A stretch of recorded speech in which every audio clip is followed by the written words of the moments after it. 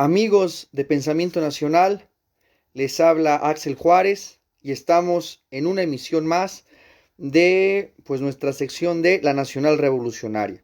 El día de hoy vamos a tener un programa especial por la fecha que hoy estamos viviendo. Hoy vamos a hablar sobre el 12 de octubre.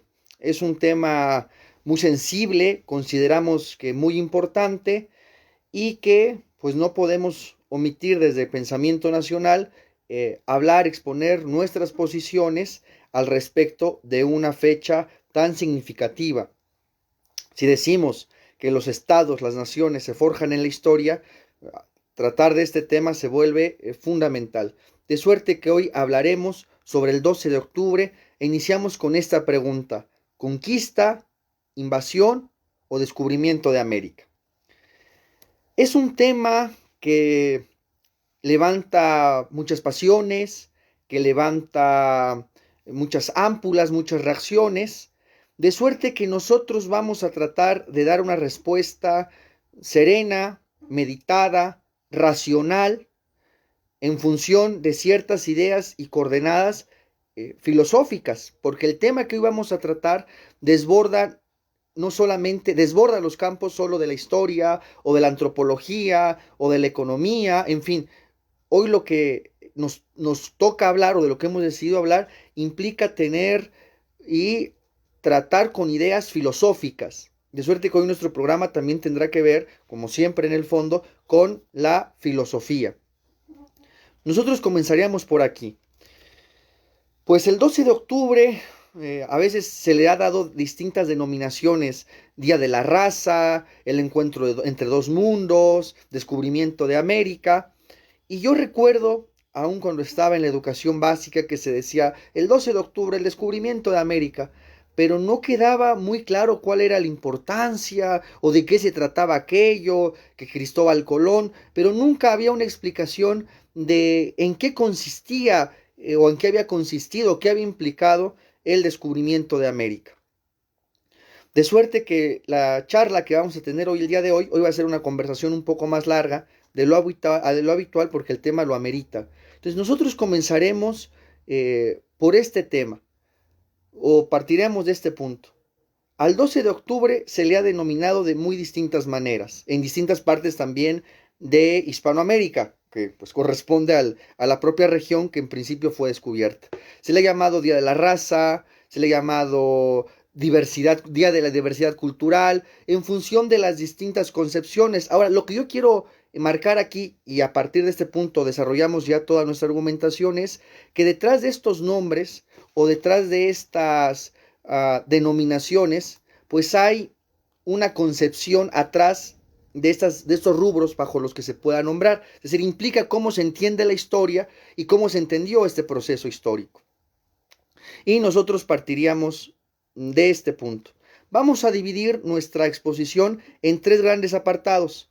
En primer lugar, vamos a hablar sobre el descubrimiento de América. ¿Qué fue realmente el descubrimiento de América? ¿Cuál fue su origen? ¿Cómo funcionó? ¿Qué lo orilló? Ese va a ser nuestro primer punto. El segundo vamos a hablar, porque está ligado, claro, el descubrimiento de América se liga, en el caso de México, o de esta región que hoy es México, con la llamada conquista de México. Ese es nuestro segundo apartado. Y por último, nuestro último apartado tendrá que ver con cuál fue el papel de España en estas regiones y posteriormente en nuestros países. Eso será nuestra exposición, y con una conclusión muy importante desde nuestro punto de vista, que tiene que ver con cómo podríamos considerar desde una perspectiva hispanoamericana este día. Es decir, nosotros anunciamos la tesitura en la que nos encontramos, que es la siguiente: para nosotros, el 12 de octubre debe ser entendido como el Día de los Pueblos Hispanos, como el Día de Hispanoamérica y, en otro término, como el Día de la Hispanidad, por los lazos que tenemos, en el caso de partiendo de México, con el resto de las naciones hispanoamericanas que hablan español, que tienen muchas características similares a México y desde luego con su matriz histórica más clara, que es España. Entonces, miren ustedes, nosotros partiríamos de este hecho. El descubrimiento de América se ha hecho ver o se ha partido de esa interpretación como si fuera un genocidio, como si hubiera sido la destrucción de las culturas indígenas que había aquí y se arrasó con todo, se saquearon las colonias, se impuso un régimen colonial, explotador, de coloniaje que no buscaba más que oro y esclavos, y no hubo aquí más que la destrucción de unos pueblos pacíficos, de unos pueblos armoniosos, que convivían todos casi que en un paraíso terrenal y que los malvados conquistadores, particularmente españoles, vinieron a arruinar, a terminar con ese paraíso terrenal, con ese desarrollo cultural, etc. Y nosotros marcamos aquí la primera diferencia. Lo que nosotros queremos es que tal vez esta fecha que pueda parecer tan alejada pues al pueblo, a la gente en general, una fecha que vea con algo poco relacionado con su vida cotidiana, con con su concepción de la historia. Nosotros queremos desde Pensamiento Nacional influir en nuestro pequeño radio de acción para que esté en los sectores mayoritarios, para que se difunda dentro de los sectores mayoritarios del pueblo, en el pueblo, un sentido de hispanoamericanismo. Eso es muy importante, un sentido de relación con su lengua, con sus tradiciones, con aspectos culturales en sentido objetivo, y que esos aspectos y esos factores lo hacen que nuestro pueblo tenga relación y forma parte de una unidad más grande, que es Hispanoamérica. Eso es lo que nosotros intentamos aquí. De suerte que frente a esta concepción del descubrimiento de América como un genocidio, como hacer tierra arrasada de todas estas regiones, nosotros marcaríamos la primera gran diferencia. Y aquí vamos a hablar totalmente de ideas filosóficas que tienen que ver con la filosofía. Primero, que la historia la van haciendo los imperios. Y un imperio, o sea, un imperio es un estado que logra expandirse más allá de sus fronteras. Esa es la primera idea que tenemos, la idea de imperio. Ahora, no todos los imperios son iguales. Seguro el nombre le suena. El imperio romano, el imperio soviético, el imperio inglés. No todos los imperios son iguales. Y nosotros estábamos hablando ahora aquí del imperio español. Entonces, el gran motor que va a llevar al descubrimiento de América es el imperio español.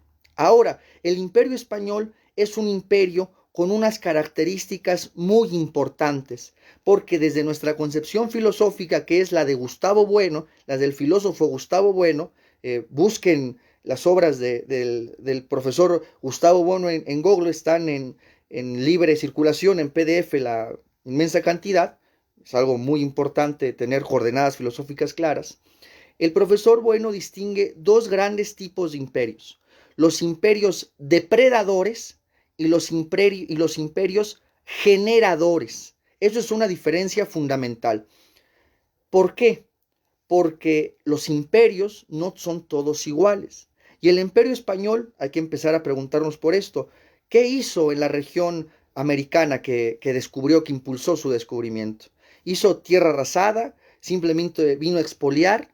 ¿O hizo algo más? ¿O hubo una obra constructiva? ¿O no es que acaso se fundaron ciudades? ¿Se fundaron universidades? ¿Se introdujo ese monumento fundamental para la civilización que es el objeto que se llama libro? Que eso no existía en estos lares. Es decir, la obra de España en América, en la América recién descubierta, no se puede diluir en una concepción de expolio, de querer tener oro y esclavos, como se ha dicho. Eso es falso. El caso de España, estábamos hablando de un imperio generador en los territorios que descubrió y que conquistó a los pueblos que aquí habitaban.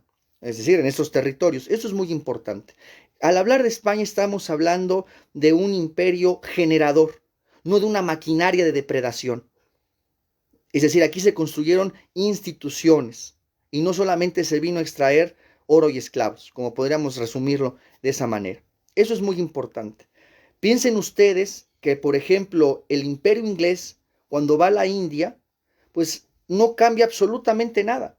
Incluso todavía, hasta hace muy poco, en la India, en ciertas castas, un país donde hay castas, es decir, si tú naces en una casta inferior, así te quedas toda la vida, y cuando en un matrimonio el hombre muere, en ciertas casas y en ciertas etnias de la India, la mujer también se inmolaba al lado del marido. Y bueno, se incendiaba, se prendía fuego. O sea, de suerte que esas prácticas totalmente salvajes, eso hay que decirlo así, no fueron reformadas porque no les importaban en el fondo. Simplemente querían extraer los recursos que ahí había. Esa es la gran diferencia del imperio inglés frente al imperio español. Ahora, miren ustedes, ¿qué pasa con América? Ha sido muy popular ahora una fórmula que dice, América no fue descubierta, fue saqueada, explotada, ensangrentada. Ahora bien, aquí vamos a tener que establecer dos diferenciaciones fundamentales, mis queridos amigos. ¿Qué es descubrimiento? ¿Qué es un descubrimiento? Vean, decimos esto para que se pueda ver aquí lo complejo del tema que estamos abordando. Un descubrimiento o la idea de descubrimiento tenemos que diferenciar dos tipos de descubrimiento. Fíjense, eso tiene que ver con lo que se llama teoría de la ciencia, ¿no? Como cuando en alguna disciplina, en la biología o en la química, se hace un descubrimiento. Yo creo que es la idea que más tenemos presente, casi como una especie de invento. Ahora, hay dos tipos de descubrimiento. Eso apúntenlo. Los descubrimientos manifestativos y los descubrimientos constitutivos.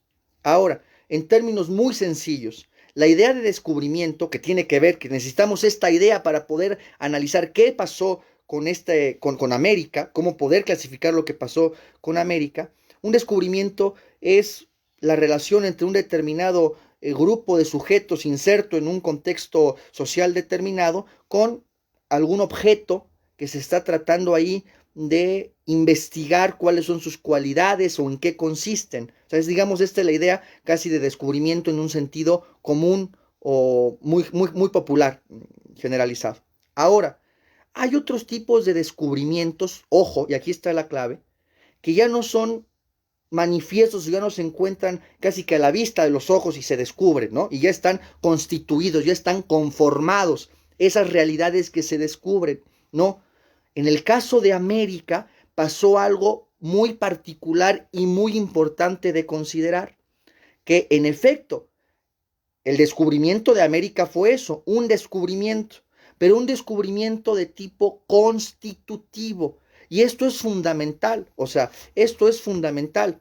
Un descubrimiento constitutivo tiene que ver con lo siguiente, cuando los sujetos operatorios que están inmersos en este contexto de descubrimiento, de investigación, que están viendo qué es esa entidad, qué es esa realidad, cuáles son esos fenómenos, pues aquí hay una gran diferencia, es que esos sujetos que están investigando, que están indagando, tienen un papel muy importante en la conformación, en la conceptualización, en la configuración, eso es, del fenómeno de la realidad que se está descubriendo.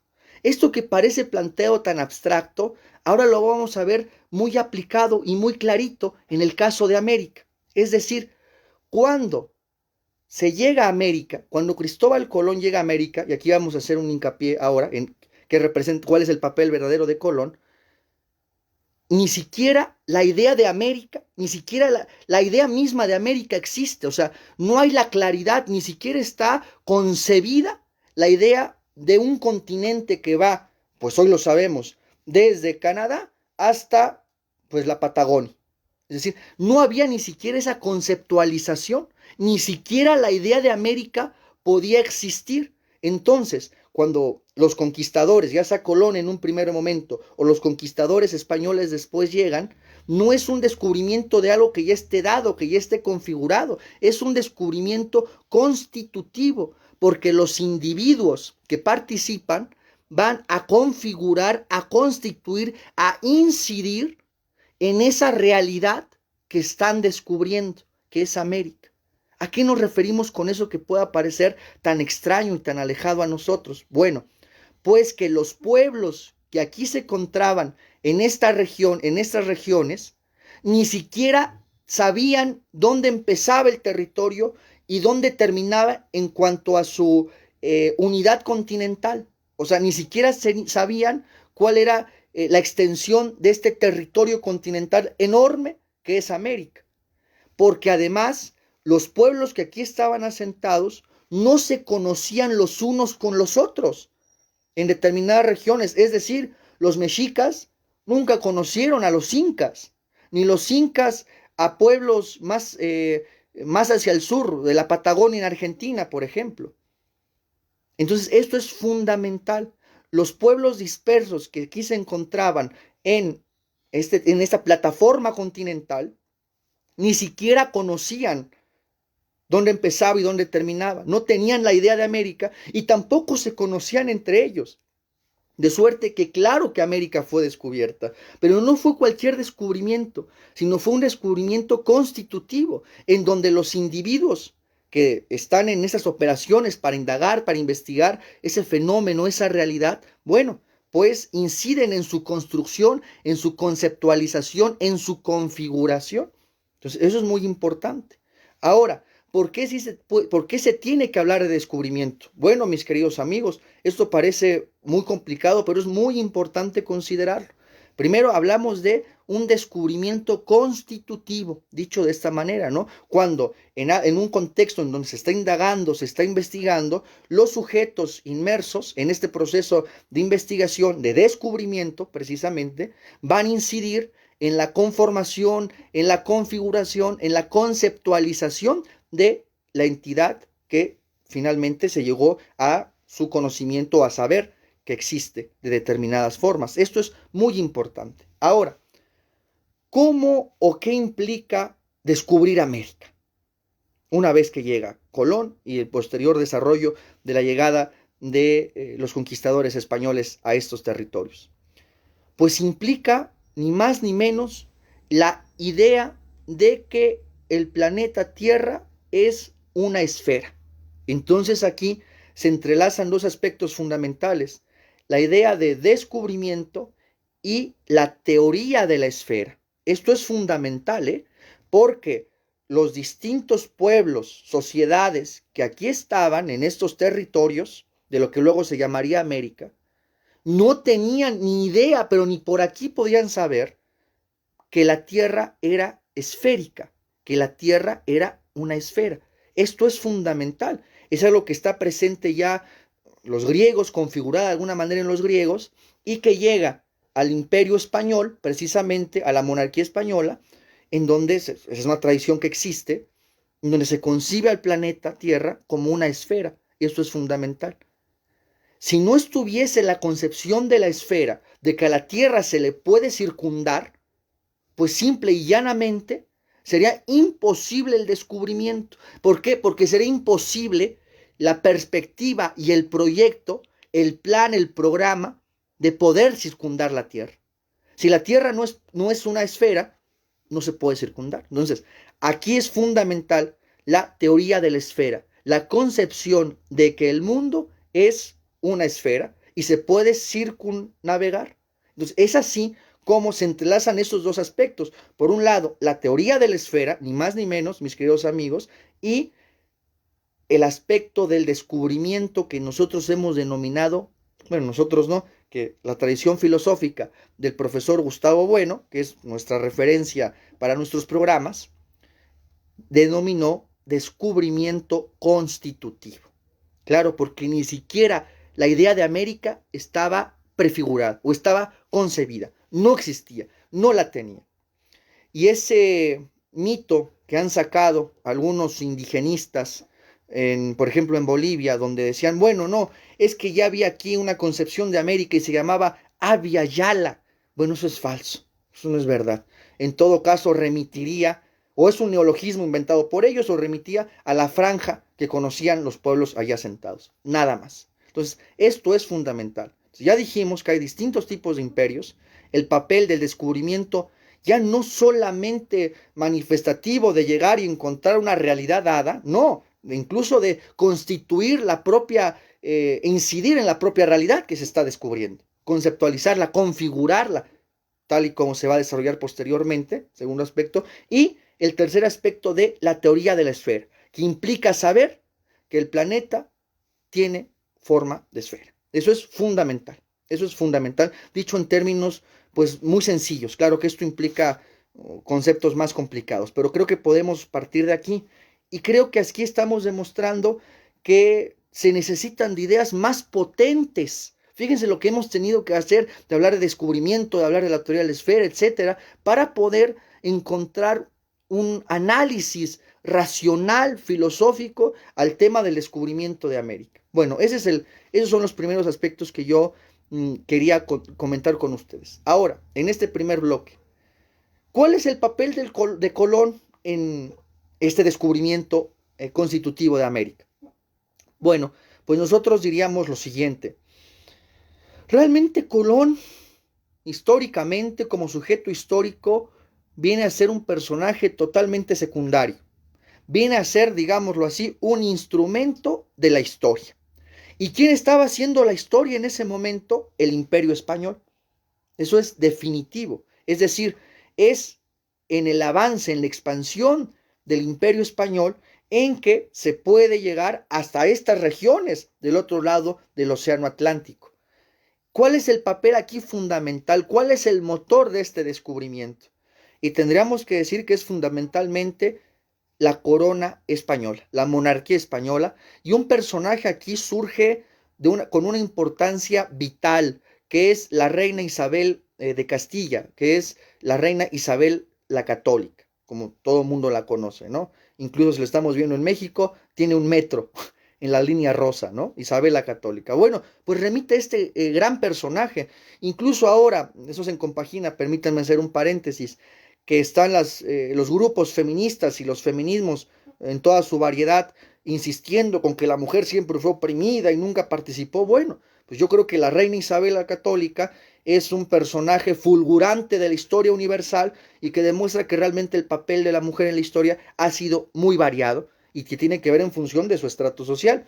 Y si un personaje quieren ver que han incidido en la historia que sea mujer, esa es la reina Isabel de Castilla, la reina primero Isabel de Castilla, la reina Isabel la Católica, como todo el mundo la conoce. Y es por eso que Colón se vuelve en un instrumento de un proceso mucho más importante, mucho más global, se vuelve un instrumento de la historia, vamos a decirlo así, que realmente lleva a cabo la corona española y que muy particularmente incide la reina Isabel de Castilla. Ahora, para cerrar este apartado, ¿cuál es el móvil que lleva a circunnavegar, a dar esa circunnavegación a la Tierra, partiendo de que es una esfera, o tiene forma de esfera la Tierra? Bueno, pues lo primero que tendríamos que decir es que efectivamente querían, en la expansión del imperio, tomar a los pueblos islámicos, tratar de rodearlos y tomarlos, digamos así, como por la espalda. Por eso la idea de la circunnavegación, por eso ese tema tan famoso de que se habían llegado a las Indias, ¿no? O sea, justo a las Indias orientales, justo donde ahora están. Pero este fue el factor que pasó. En esa circunnavegación, que intentaban llegar a esta zona musulmana y tomarlos, digamos, por la espalda a estos pueblos musulmanes enfrentados en ese momento a la monarquía católica, ¿no? Y a los países católicos y muy particularmente a la monarquía española, pues es que en esa circunnavegación, caray, se encuentran, en esa navegación se encuentran con que ni más ni menos que está allí una plataforma continental enorme que es América, ¿no? Y allí inicia este proceso. De suerte que realmente el papel de Colón pues no es más que, vamos a decirlo así, un instrumento de la historia. Aquí el papel fundamental, quien está haciendo la historia, quien está haciendo marchar esta pues esta proeza, este acontecimiento enorme en la historia universal, pues es la monarquía española, en donde Isabel la Católica tiene un papel fundamental. Entonces, aquí el papel de Colón es secundario, se vuelve en un simple operador de este gran proyecto que lo desborda por completo. Entonces, esos son los tres elementos que queríamos comentar en primer lugar. Y acabamos así nuestro primer bloque. En el segundo bloque que les hemos anunciado para que vean que tratamos de ser lo más ordenados y en la medida de lo posible lo más sintético que se pueda hacer, es preguntarnos lo siguiente. Una vez que llega Colón, ¿qué pasa durante la conquista? ¿Qué pasa durante el proceso de la llegada de los españoles? Y hay que partir de un hecho fundamental. Si estamos considerando a México como punto de partida, cuando se dice la conquista de México, bueno, eso es absolutamente falso, porque no existe México. O sea, eso hay que tenerlo muy clarito. Ya refiriéndonos a esta parte de América, ¿no? A esta parte en donde está lo que actualmente es México, no se puede hablar de conquista de México porque no existe México, ni siquiera nada parecido a que pueda existir algo así. Eso hay que tenerlo muy, muy claro. Ahora, ¿qué había entonces aquí cuando llegan los conquistadores españoles? Y en todo caso, la siguiente pregunta es, ¿a quiénes conquistan? ¿Conquistan a los mexicanos? ¿A los bolivianos? ¿A los argentinos? No, claro que no, porque nada de eso existe. No existe ninguno de esos países. No existe ni Argentina, ni México, ni Colombia, ni Venezuela, ni Panamá, ni nada parecido. No existen. ¿Con qué se encuentran entonces o a quiénes van a conquistar en última instancia los conquistadores españoles o con la llegada de los hispanos? Bueno, pues eso es fundamental. No existen los países que hoy conocemos. Si nosotros tomamos un mapa, hubiéramos hecho ese ejercicio, pensemos en el mapa de América y particularmente en la región de México, que hoy es México, pues no es que esté constituido ese país. ¿Qué hay? Pues distintos pueblos y distintas sociedades dispersas a lo largo de esos territorios, en el caso de Mesoamérica o de Aridoamérica, que son los nombres con que los historiadores y los antropólogos han denominado a esta región norte de América, ¿no? Pues encontramos eso, encontramos pueblos dispersos en estas regiones, enfrentados muchas veces unos con otros. Eso es fundamental. Y no todos los pueblos o sociedades que aquí había tenían el mismo nivel de desarrollo, llamémosle en sentido estricto, cultural. No todos eran, no todos tenían el mismo nivel de desarrollo cultural. Eso es muy importante. ¿De qué estamos hablando? Bueno, pues que en esta región de América, pues hubo a lo largo de la historia, ¿no? Desde este desarrollo antropológico, hubo distintos pueblos, distintas sociedades. Algunas coexistieron en su momento, otras se enfrentaron después, etcétera, que son las que ustedes conocen, ¿no? Los mayas, los olmecas, los toltecas, la zona de Zapoteca, de la zona de los mixtecas, por ejemplo, en lo que hoy es Oaxaca, las tribus nómadas, cazadoras, recolectoras en el norte, en Aridoamérica, donde la agricultura no florece por el clima tan seco que hay, por eso Aridoamérica, ¿no?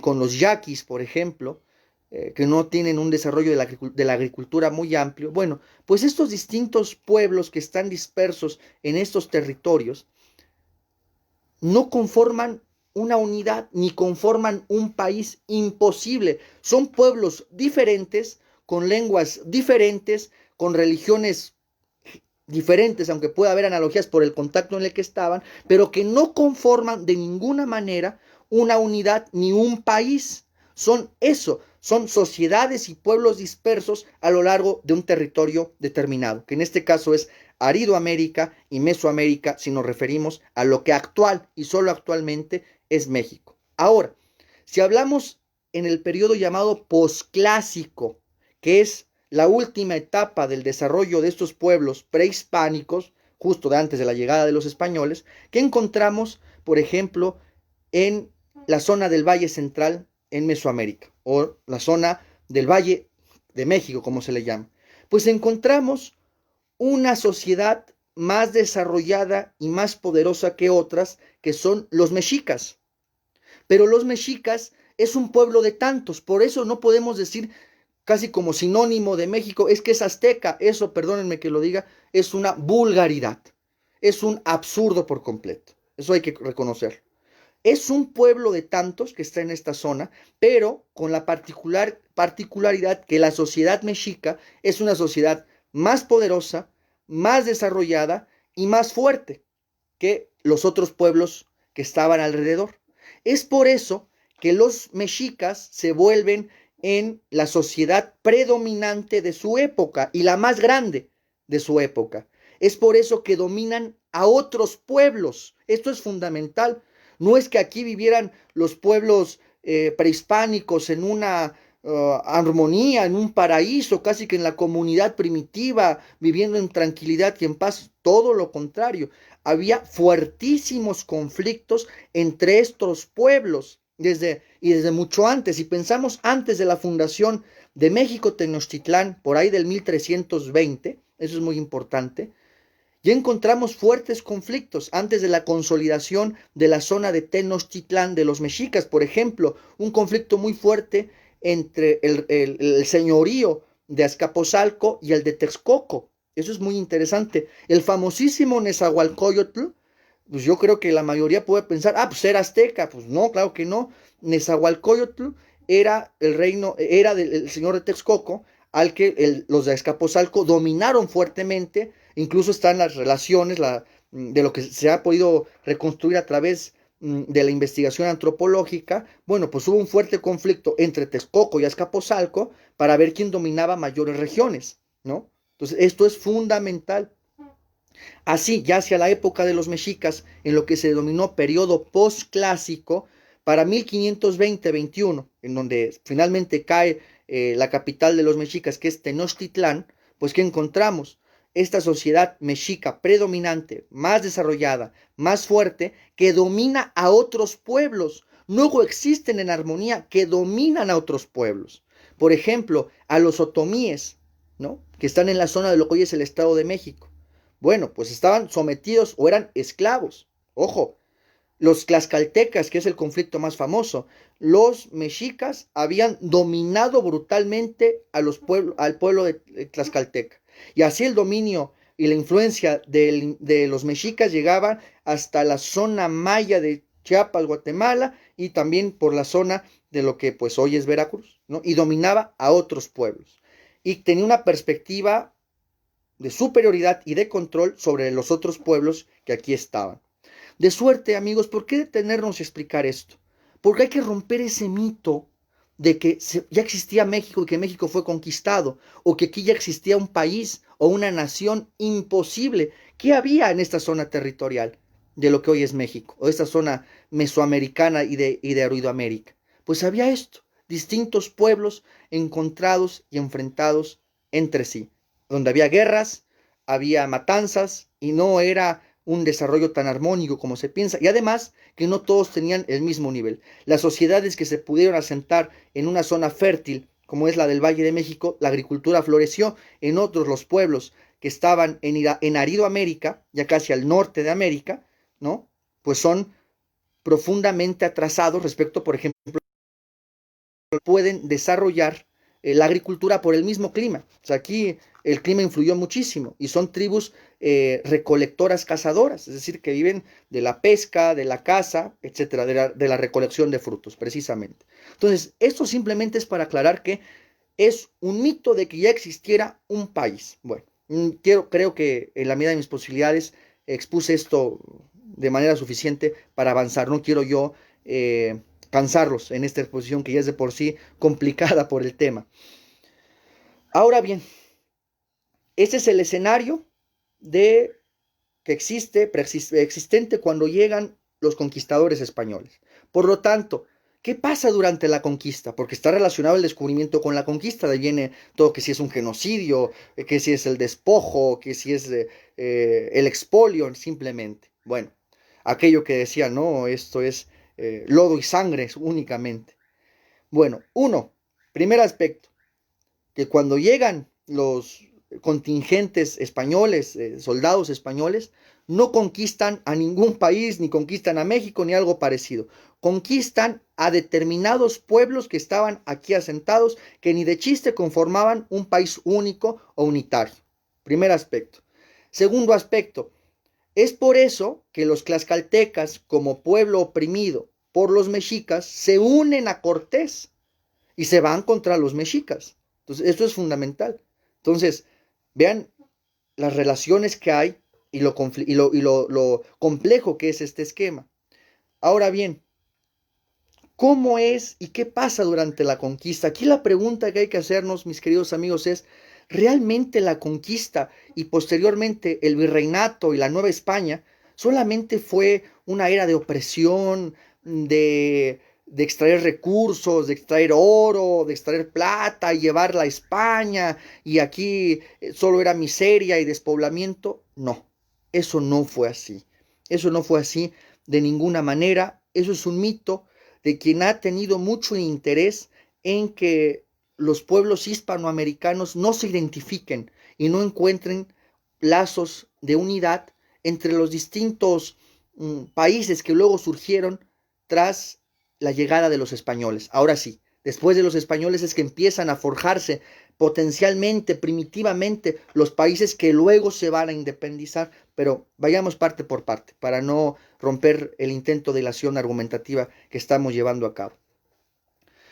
La obra de España en los territorios americanos es fundamental y es un hecho de los más trascendentes que pueda haber en la historia universal, valga decir, en la historia de la humanidad, en realidad de la historia universal. Porque ¿qué es lo que pasa durante la conquista? Yo creo que en tres grandes aspectos podemos entender la obra de España en tierra americana. Primero, que aquí no solamente se vino a saquear y a llevarse el oro, se vino a una tarea de construir todo una parte de España nueva. Por eso se llama Nueva España, es una España nueva. Uno de los aspectos fundamentales de lo que decimos como imperio generador y no imperio depredador es que los territorios que conquistan los intentan llevar al mismo nivel del país que conquistó. O sea, intentan hacer que las tierras conquistadas se parezcan a España. Esa es la clave, se parezcan a España. Entonces, en primer lugar, ¿qué pasó aquí? Pues surgió un pueblo nuevo. Esta es la clave, esta es la clave. Y este es el gran mito de lo que se han aprovechado los indigenistas para mentir y para engañar a la gente. Eso hay que decirlo. De buena fe o de mala fe, pero han engañado y han mentido y se han equivocado en todo caso. ¿Por qué decimos esto? Porque no es, se dice, es que me conquistaron, es que los españoles nos conquistaron. Bueno, nada más falso por lo que ya expusimos hace un momento. Decimos como si nosotros tuviéramos esa línea directa con los pueblos que estaban aquí previo a la llegada de los españoles. No es verdad. Es decir, ¿de dónde surge el pueblo mexicano, por ejemplo, el pueblo potencialmente mexicano? Pues precisamente surge, y esto es fundamental, por la llegada de los conquistadores españoles. Esto es la clave. Es que usted que nos está haciendo el favor del video, no es que lo conquistaron a usted o a sus antepasados o a mí o a mis antepasados, no. No es que nos conquistaran a nosotros, es que nosotros mismos somos producto, somos resultado de esa llegada de los españoles a tierras americanas. Y esta es la clave, mis queridos amigos. Nosotros somos producto de esa llegada de los españoles en América. Es decir, nosotros no existiríamos sin la llegada de los españoles. Nosotros no somos los pueblos que ya estaban aquí, mesoamericanos, indígenas, o aborígenes. No, no es verdad. Nosotros surgimos precisamente por la llegada de los conquistadores españoles. Si no, no existiríamos nosotros. Es un pueblo nuevo el que surge. Y vean ustedes la trascendencia histórica universal que esto tiene. Porque no solo esto, en todo el territorio americano, que es enorme, por lo menos desde la parte de lo que hoy es pues Nuevo México o la mitad de lo que hoy es Estados Unidos, digamos desde el norte de América hasta lo que hoy es Argentina, hasta el Virreinato del Río de la Plata, como se llamó con propiedad en su momento. Entonces, surgen un pueblo completamente nuevo, producto de la llegada de los españoles a estas tierras. Esto es fundamental, mis queridos amigos.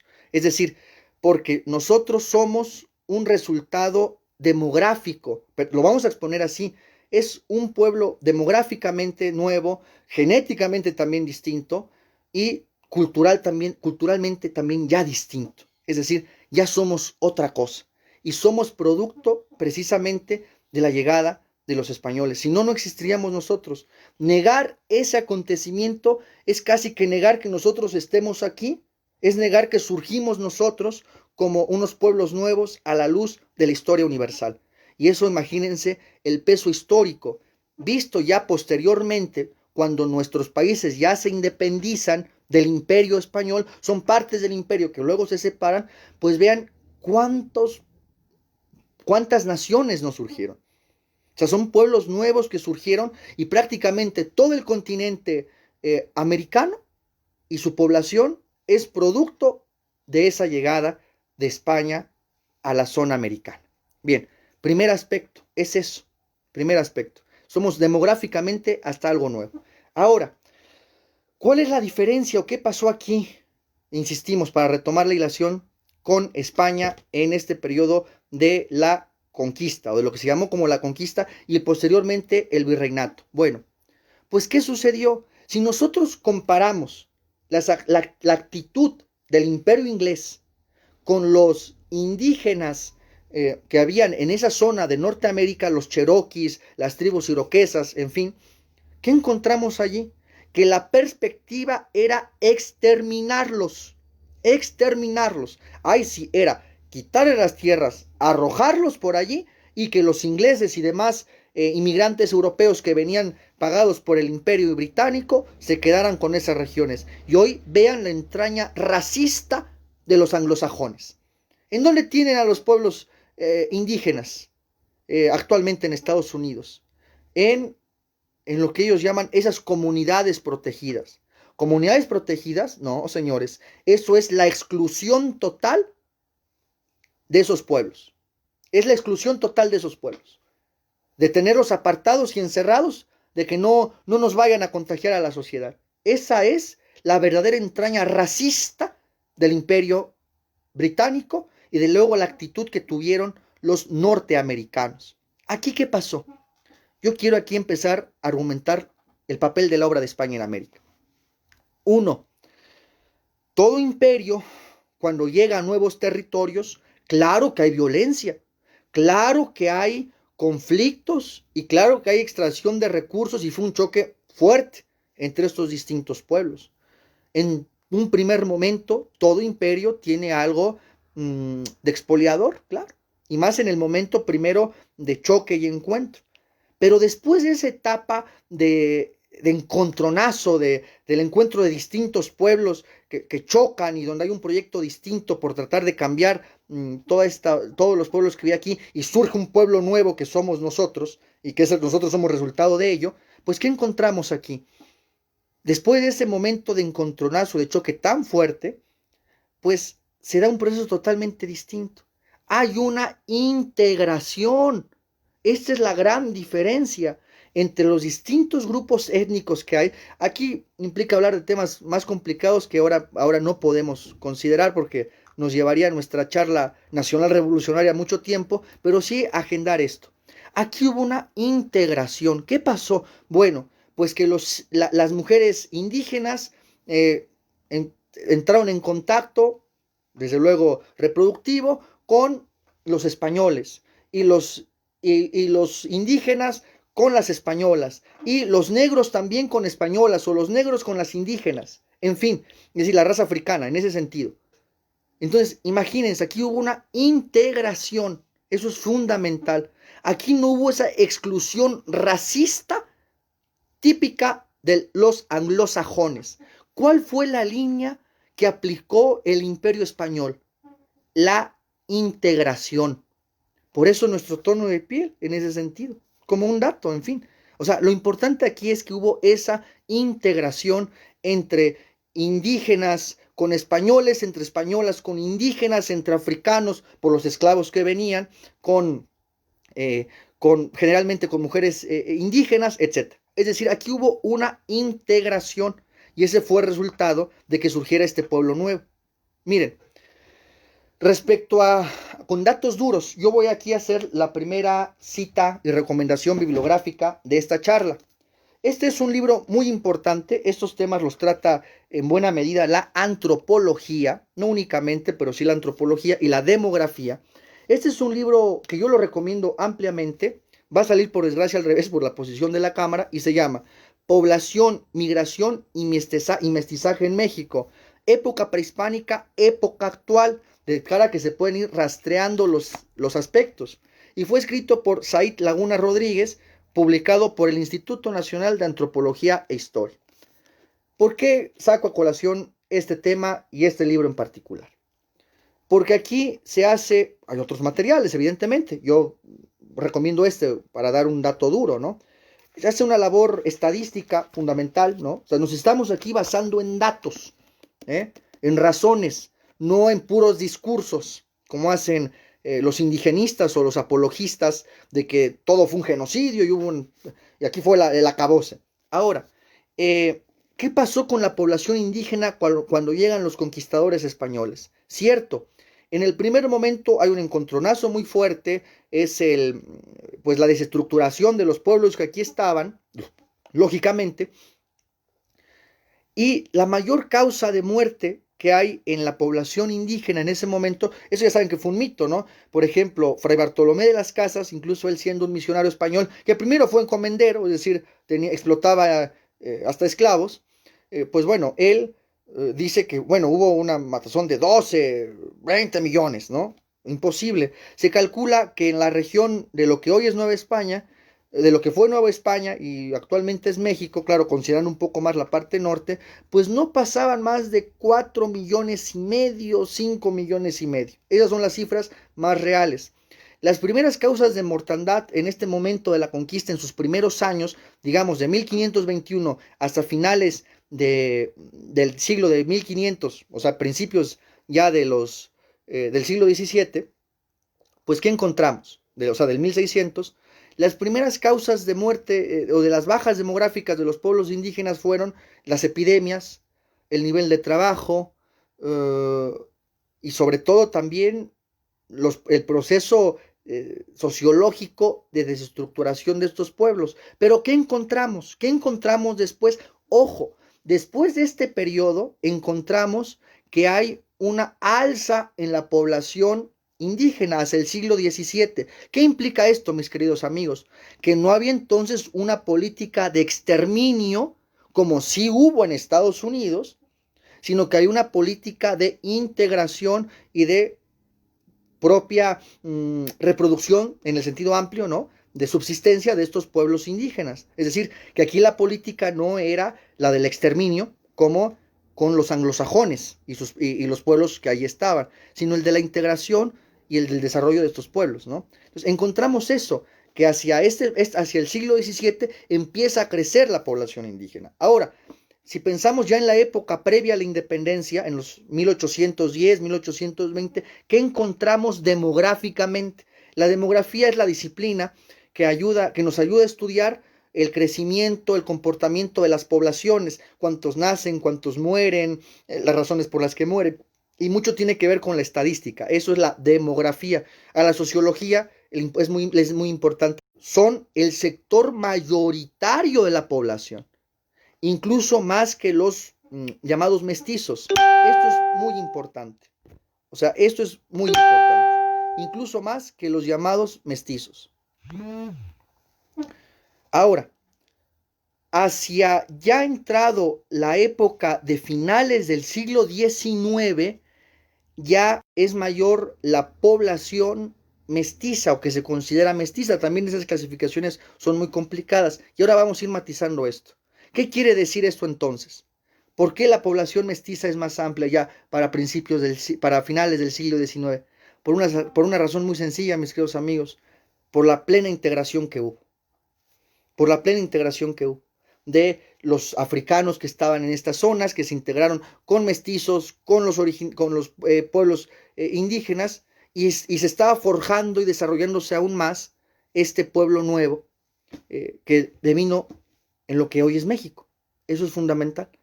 Entonces aquí la clave fue la integración que hubo, ¿sí? Entonces eso queríamos dejarlo como principio. Es decir, por eso, insisto en esta idea, surgimos como pueblos nuevos, producto de la llegada de los españoles.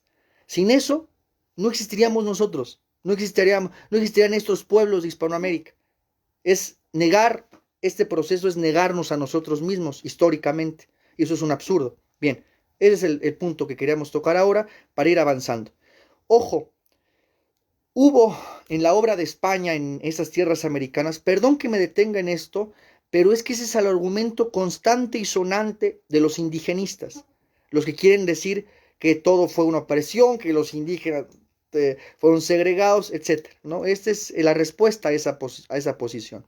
Bien, ahora, volviendo al punto inicial, ¿cuál fue también la obra de España en nuestra región? Bueno, en la región, en América, que surgimos nosotros como unos pueblos diferentes, pues hubo algo muy importante que hoy ya nadie estudia, que nadie remite, porque les interesa mantener este mito, que fue algo que la monarquía española forjó desde la época de la reina Isabel. La reina Isabel, que era una mujer versadísima, o sea, filosofía, era una mujer ligada a la filosofía de Santo Tomás de Aquino. Ella decía que había que proteger a esos pueblos indígenas, que había que protegerlos y que había que integrarnos con que había que integrarse, que los españoles tenían que integrarse con estos pueblos, porque también eran parte del imperio. Ojo, eran parte del imperio. Y posteriormente se prohibió la esclavitud. Ojo, con los indígenas la esclavitud estaba prohibida. Y hubo un compendio de leyes que vienen, que retoman todos los principios de la reina Isabel de Castilla, la reina Isabel la Católica, y que cuajan tanto con Carlos I como con Felipe II, y que conforman lo que se llamó las leyes de Indias, y que luego se compendiaron como compendios de las leyes de Indias. ¿Y qué decían las leyes de Indias? Se llamaban de Indias justo por lo que decíamos al inicio. Se había pensado que se había descubierto esa parte del territorio planetario que se conocía, y bueno, se encontraron algo nuevo. Y allí se establecía una reglamentación de cuidado, de protección, de derechos, de entrega de tierras, de existencia de repúblicas de indígenas donde ellos pudieran coexistir. O sea, eso es muy importante. O sea, el papel de las leyes de Indias se olvidó completamente. Ese es otro aspecto. Ahora, segundo, otros aspectos de la obra de España en América, para terminar con este mito del genocidio y de la expoliación. Esto no se sabe porque no les conviene a los norteamericanos o a los anglosajones que los pueblos hispanoamericanos retomemos conciencia de nuestros orígenes históricos y digamos, ah, caray, conformamos una unidad desde México hasta Argentina, vamos a unirnos para que no nos sigan dominando y explotando. Porque ¿cómo padecimos? Padecimos en México, vean, padecimos a los franceses, padecimos a los ingleses, hubo, bueno, varias veces, o sea, 2 veces nos invadieron los norteamericanos y en una ocasión nos... Vean ustedes, eso es expolio. Entonces, esto no se sabe, pero en México, en Nueva España, se llamó Ciudad de México, a la capital de Nueva España, ya había aquí universidad, cuando en zonas de España, de la España continental, de la España peninsular, no había ni siquiera universidad. Ya había aquí una universidad a mitad del siglo XVI e imprenta. El primer libro del que se tiene noticias de 1539. El primer libro que por cierto es un catecismo y luego obras de filosofía. Entonces hay imprenta, hay universidades, hay escuelas, hay colegios. A los indígenas para integrarlos y educarlos se conformó el colegio de la Santa Cruz de Tlatelolco, en donde incluso se les enseñaba latín y español, claro, a los indígenas. Eso es fundamental. O sea, la idea era integrarlos. De suerte que aquí vamos a dar otros argumentos mayores. Miren, preparé aquí para la charla con ustedes estas obras que demuestran el papel constructivo y integrador de España en América. Esta es una obra de Fray Bernardino de Sahagún, Suma Indiana. Este es un fragmento de una gran obra muy copiosa de Fray Bernardino de Sahagún, un sacerdote católico. ¿Y qué compendia aquí Fray Bernardino de Sahagún? Pues recopila todas las tradiciones, costumbres, patrones culturales, aspectos históricos, leyendas, tradiciones orales que escuchaban de los pueblos que querían ellos convertir a la fe católica. Eso es muy importante. Entonces, aquí el ánimo no solamente, no sabríamos esto si los propios sacerdotes católicos no lo hubieran escrito y se hubieran preocupado por conservarlo y saber qué pasaba allí. O sea, esto es fundamental. Por otra parte, tenemos aquí también estas obras fundamentales, por ejemplo esta, Relaciones de la Nueva España, de Fray Toribio de Benavente, llamado Motolinía, ¿no? Es decir, ¿qué encontramos aquí? Pues la información, la recopilación de estas tradiciones, de estas costumbres, de esos patrones culturales que tenían los pueblos aquí, que aquí habitaban. Ahora, ¿esto qué demuestra? Que el interés no solo era la destrucción, la desaparición de aquellos, sino que no sabríamos nada de ellos si no fuera por los misioneros que vinieron aquí. Vean ustedes qué importante es esto. Ahora, en el tema educativo, filosófico, para ahondar un poco en ello, la obra de España es enorme. Eso es un compendio que hizo la Universidad Nacional Autónoma de México, la UNAM, y aquí se llama Humanistas Mexicanos del siglo XVI, ¿no? Estamos hablando pues del 1500, es decir, del inicio de la conquista. Y hay obras tan importantes como la de Fray Julián de Garcés, Fray Juan de Zumárraga, la de Don Vasco de Quiroga, de Francisco Cervantes de Salazar, de Pablo Nazareo o de Fray Diego Valadez, ¿no? Es decir, hay hay todo un desarrollo cultural en estas nuevas tierras. Usemos el término en sentido objetivo. Ahora, lo más importante fue esto. Sufrimos, y aquí inserto otro tema, y este es un tema muy duro, pero tenemos que tocarlo para ir avanzando, y estamos por concluir. Hay un mito tremendo, y está presente en las universidades, en las obras académicas, que es el mito de la cultura. Miren lo que estamos diciendo, el mito de la cultura. ¿Se les parecerá raro? Pues ¿cómo que el mito de la cultura? ¿De qué estamos hablando? Todo mundo se llena la boca de la palabra cultura. Es que hay que apoyar la cultura, es que la cultura es muy culto, bueno, pero nadie sabe. Pregúntele a alguien que está hablando de cultura qué es la cultura, a ver qué les puede responder, ¿no? Nosotros vamos a remitir para este caso a este texto del profesor Gustavo Bueno que se llama El mito de la cultura. Y verán qué tiene que ver con lo que estamos hablando. O sea, exponemos esto para que se vean qué nos estamos fundando, que no estamos simplemente dando opiniones al aire. Miren ustedes, esto tiene fundamentalmente que ver con la siguiente situación. Cuando se dice, es que todas las culturas son iguales, es que todas las culturas se parecen. Esto es muy importante, se dice siempre. De suerte que ninguna cultura tiene elementos más poderosos o más capaces para entender, por ejemplo, el mundo, la realidad, sino todos podrían decirnos algo. Y esto es falso. Esto se denomina relativismo cultural. Y es falso. Por ejemplo, decir todas las culturas se parecen o todas las culturas valen lo mismo, todas se parecen, pues esto no es así. Esto suena fuerte, pero no es así y esto hay que considerarlo con mucha puntualidad. Permítanme que haga una exposición un poco abstracta, pero creo que vale la pena comentarlo para concluir nuestra charla de hoy. Hoy no fue una columna, sino una conversación por este día tan importante. Miren ustedes, se dice que todas las culturas valen igual.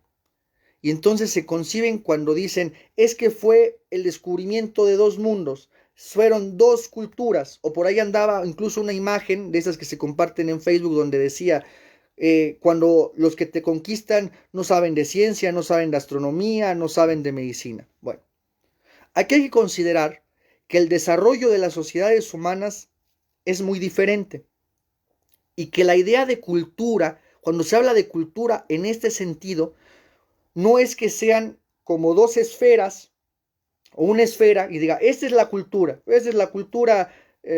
y todo está inserto aquí, ¿no? Y entonces es un encuentro entre culturas. Pues no, no es cierto, no, no funciona así. Para explicarnos un poco más, las culturas o la cultura en sentido antropológico, es decir, la lengua, las tradiciones, las costumbres, ciertos patrones de conducta, las cuestiones religiosas, las concepciones del mundo, el tipo de relaciones familiares o sociales que hay en ellos, no es que conformen una especie de esfera, ¿no? Entonces, la cultura, hay que defender a la cultura. No, justamente esto, cuando se habla de cultura en este sentido objetivo, nos estamos refiriendo a unas estructuras compuestas de diversas partes, a un todo complejo, es decir, a un todo que tiene distintas partes. ¿Y cuáles son esas partes que tiene la cultura en este sentido? Pues justamente estas, la lengua, las costumbres, las tradiciones, el tipo de relaciones familiares, de parentesco, de organización política, concepciones religiosas, concepciones del mundo. Y es a través de este contacto entre lengua, entre tradiciones, entre costumbres, que se van interactuando y forjando las relaciones entre distintas culturas. Por eso cuando se dice, no, es que la cultura maya era superior a la cultura española, ¿no? O era superior, en el fondo están diciendo que una es superior a otra, están diciendo eso en el fondo, del otro lado, pero están diciendo eso. Pues no, no es que las culturas así sean superiores y que sea una cultura la que se aborazque sobre la otra y la desaparezca, esto no es así, sino que son partes de la cultura es ese todo complejo, un todo con partes, y es a través de esas partes en que van interactuando, y las culturas también se van transformando y van transformándose y van cambiando. Eso es muy importante a través de sus partes. Por eso decimos que la cultura tiene una estructura dinámica, ¿no? Se van intercalando, se van relacionando estas distintas partes, que es como se puede analizar la cuestión. Vean qué diferente es entender así la idea de cultura a través de las partes por las que está conformada, a decir es que la cultura maya, la cultura olmeca, se está diciendo poco. Hay que remitir a las partes desde la que se está hablando, porque entonces se dice, cuando se toma esta postura indigenista, y se dice, no, es que nuestra cultura era superior y la cultura fue dominada y fue aplastada. Hablan como si no hubiera una interacción entre las partes de esa cultura, como si no entraran en relación y fueran unas esferas ahí que nadie toca y permanentes y únicas. Esta es la idea, ¿no? Como si las culturas fueran permanentes, únicas y jamás cambiaran y persistieran eternamente en el tiempo. Entonces eso es una vacilada, eso es un mito. Y por eso ya hablamos del mito de la cultura. Es por eso que tenemos que considerar que las distintas pueblos, sociedades que estaban aquí, pues tenían distinto desarrollo y distinto nivel de desarrollo cultural. Los mexicas tenían prácticas salvajes, tenían prácticas barbáricas, propias del salvajismo. El asesinato ritual, por ejemplo, los sacrificios humanos, toda esta cantidad que han encontrado de tumbas los arqueólogos, producto de los sacrificios rituales, ceremoniales que había de corte religioso. Es decir, aquí había prácticas propias del salvajismo, ¿no? Y por ejemplo, yo creo que aquí hay una gran diferencia cuando se dice, es que la astronomía maya era superior a la astronomía que podía haber en Europa y que tenían, por ejemplo, los españoles. O cuando se dice, no, es que la cultura maya era superior a la filosofía griega o a la cultura, a la filosofía latina. Bueno, pues eso tampoco es así. Pero ¿bajo qué criterios lo vamos a analizar? Yo simplemente les diría esto. Por ejemplo, en el caso de la astronomía maya, que se dice, no, bueno, es que era superior, no es verdad. Y no es verdad por lo siguiente, porque la astronomía maya está lleno de seres mitológicos, ¿no? De seres mitológicos.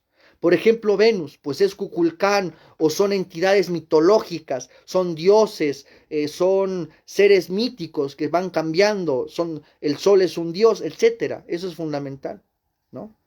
En su concepción del cosmos, pues está lleno de mitos y de entidades mitológicas. En cambio, cómo era la información o la estructura que tenía la astronomía europea, y particularmente que llegaba a España, pues se basaba en la geometría. Yo solamente les quiero dar este dato, para no extenderme de más, que ya llevamos un buen tanto. En la época de los presocráticos en Grecia, en el 500 antes de Cristo, Anaximandro, un gran forjador de la filosofía griega, que es la que tenemos ahora, de nuestra tradición filosófica, él ya decía, el mundo no se cae porque está equidistante en todos sus puntos de los demás planetas. O sea, pensando en términos geométricos. Y hay un debate en donde, pues muy posiblemente ya Anaximandro concebía como un cilindro, ¿no? Circular, un cilindro, al planeta Tierra. Y si no se caía, pensaban ellos ya en términos geométricos abstractos, y si no se caía y no se iba hacia la nada, era porque estaba equidistante en todos sus puntos de los demás planetas. O sea, aquí está la geometría aplicada frente a un pueblo, como puede ser el maya, que no tenía geometría. ¿Sí? Vean ustedes la diferencia. Y ello no quiere decir, por ejemplo, aquí los pueblos de esta zona, pues había muchos, había saberes importantes, por ejemplo, herbolarios, ¿no? Que también fueron integrados, de suerte que hubo esa relación entre esas partes culturales, ¿no? Que decíamos, y hay que romper con ese mito de la cultura, ¿no? Donde las culturas son unas entidades como unas esferas únicas, impenetrables, y que nunca cambian y que son eternamente siempre. Es un mito. Esa es la gran diferencia. Bien, avanzamos. Por otra parte, frente a la Constitución y en la obra de España, de esta conformación de estos pueblos nuevos, de estos pueblos diferentes, nos encontramos con otro hecho trascendental para la historia universal, y que tiene que ver con lo que sigue. Es el hecho de que esta zona americana, esta zona que formó parte del Imperio Español, quedó inserta en una tradición cultural, en un ámbito cultural, en un área cultural muy potente, que es el área griega, el área latina, ¿no? Por la vía hispánica. Es decir, nosotros nos integramos a estas ideas del pensamiento griego, de la tradición latina, ¿no? A través de su vertiente hispánica, y quedan nuestros pueblos, ¿no? Americanos insertos en esa área cultural por la vía hispánica. Esto es fundamental. Eso es algo que, dicho así, parece poco, pero es algo fundamental en la forja de la historia universal, el desarrollo de la historia universal. Yo quiero simplemente comentar esto último para concluir. Queda claro que el desarrollo cultural de los pueblos de los españoles, de la tradición a la que pertenecían, que era la tradición helénica, griega, pues posibilitó que fueran tan rápidamente conquistados los pueblos que aquí habitaban, ¿no? Y que al final quedaron integrados, quedaron envueltos por una cultura más desarrollada y quedaron insertos en un esquema y en unos pueblos nuevos y diferentes. De suerte que no hay que decir, por ejemplo, es que tampoco nos vinieron a civilizar o a culturalizar o esos términos, no, es que nosotros no estábamos, es que surgimos de ese proceso y quedamos insertos ya en esa área cultural helénica, griega, y pues en su momento, claro, relacionada a España. Eso es lo fundamental. Bien, hay que sentirse hay que tener orgullo de nuestros orígenes. Por último, yo quisiera comentar esto, que hubo aquí toda una labor también filosófica, educativa, se formaron escuelas, se formaron ciudades, se formaron iglesias, universidades. No simplemente fue venir a expoliar. Se crearon instituciones políticas. Eso fue fundamental. Había una audiencia, había las intendencias, había los virreinatos, los distintas partes integrantes al interior de los propios virreinatos, es decir, hubo una forja de instituciones que legó y que construyó aquí España en suelo americano. Eso es fundamental.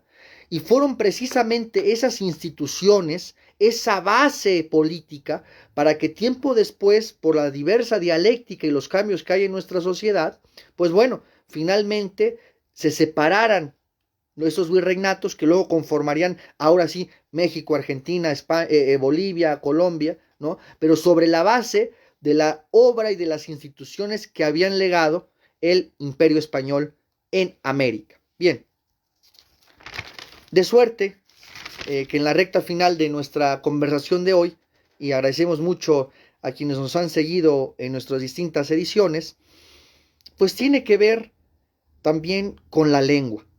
Fíjense los distintos aspectos que hemos hablado, el aspecto filosófico, el aspecto cultural, en el área en el que quedamos inmersos, el aspecto científico, y también hay que considerar la cuestión religiosa. Yo quiero aquí hacer un matiz, porque entonces dicen los relativistas culturales o los indigenistas, es que aquí ya también había ciencia. Mentira, no había ciencia. ¿Cómo va a haber aquí ciencia? Era prácticamente imposible. La única ciencia en ese momento que había era la geometría. Y ni mayas, ni aztecas, ni toltecas sabían geometría, porque eso es un descubrimiento eminentemente griego. Y eso es así. Eso es así. Y tiene que ver con que estos pueblos pues tuvieron que emigrar, y fue después la llegada del hombre al suelo americano, y los procesos de desarrollo antropológico pues son muy largos, llevan siglos, de suerte que tenían unas culturas menos desarrolladas. Esto hay que tenerlo claro, ¿no? Cuando se dice, por ejemplo, es que aquí también habían religiones y se vino simplemente con el catolicismo a inventar y a quitar nuestras tradiciones y nuestra cultura, no sé qué. Bueno, esto planteado así también es un absurdo. En todo caso, pues los que habrán perdido esas pautas religiosas, pues no serían usted, tú y yo, o nuestros padres, sino los pueblos que remotamente ya estaban aquí, porque insistimos, lo que nos tenemos que alejar es decir es que nos conquistaron a nosotros. No, hombre, no existía México, ni existían nuestras descendencias familiares. Existimos por las relaciones y la interacción que hubo a través de la llegada de los españoles. Yo en el aspecto religioso quiero comentar esto porque es un argumento que siempre dan. Yo soy respetuosísimo de la cuestión religiosa de cada ciudadano. Aquí somos muy respetuosos del sentimiento religioso del pueblo. Pero nosotros tenemos que considerar algo. Cuando se quiere equiparar al tipo de religión que aquí había, de Huitzilopochtli, de Ometeotl, en fin, de todas esas cuestiones, a decir, bueno, es que aquí simplemente se impuso la religión católica, yo quiero plantear este aspecto. Para hablar y analizar a las religiones, hay que tener una filosofía de la religión. Es decir, hay que saber qué es una religión y cuál es el tipo de religiones que ha habido. ¿O es que todas son iguales? Mentira. A ustedes les sonará algunas son politeístas, por ejemplo. Y esto es algo fundamental. Estamos tratando de abarcar todos los aspectos que puedan comentarse. Ahora, la religión católica que se impulsa aquí por los conquistadores españoles y que luego pues el pueblo se va a adherir fuertemente a ese sentimiento religioso, no es igual a las concepciones religiosas que aquí había. ¿Por qué? Porque las religiones no son iguales, ni todas se parecen, ni copia de la otra. Ojo, por eso decimos que hay que tener una filosofía de la religión y poder clasificar a las religiones. Nosotros nos vamos a basar aquí en una obra del propio profesor Gustavo Bueno que se llama El animal divino, que si buscan ustedes en Google la van a poder encontrar. Y el profesor Bueno identifica 3 tipos de religiones: las religiones primarias, secundarias y terciarias. Ahora, ¿en qué consiste esta clasificación? Bueno, tenemos que ir rápido.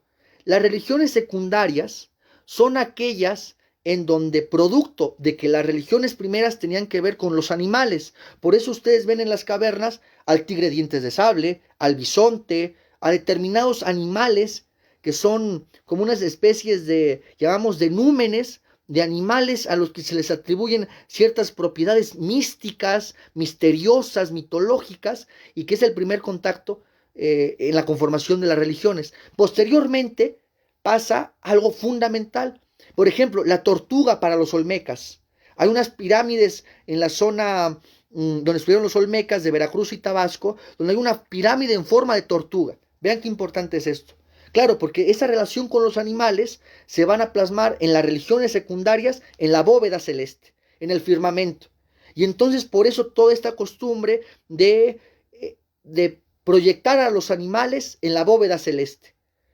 Quetzalcóatl, la serpiente emplumada, Cuculcán lo mismo, la serpiente emplumada.